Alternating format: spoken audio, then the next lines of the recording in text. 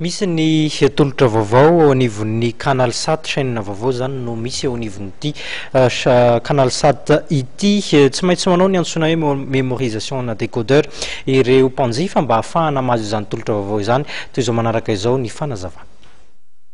Mbola tsy tonga akory ny Noël dia efa misy ny fanomezana atolotra.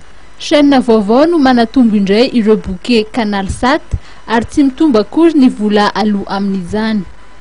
Nanomboka ny 13 novembre dia ny chaîne Série Club no manolo ny TF6 eo amin'ny Canal 44. Mahazo tombony araka izany ireo mpanjifa ny Canal Plus izay afaka mijery ireo tantara mitohy mialohan'ny fetin'ny farantaona.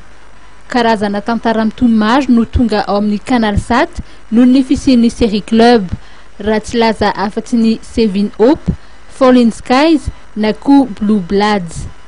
Samy azo ny anjara tandrify azy ny tsirairay satria dia ahitana ny action, émotion ary ny science-fiction ihany koa.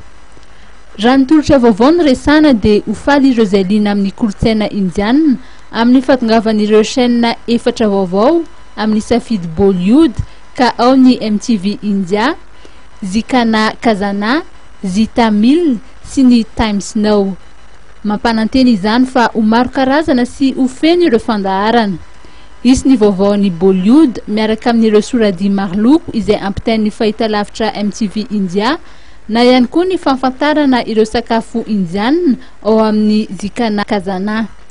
Ny chaîne mauriciana MBC dia ho azo ihany koa manomboka ny bouquet Access eo amin'ny Canal 66.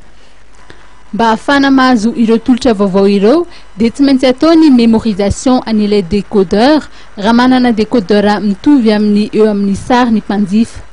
Avela itony mémorisation mandrapipotra n'ireo lisitry ny chaîne hita.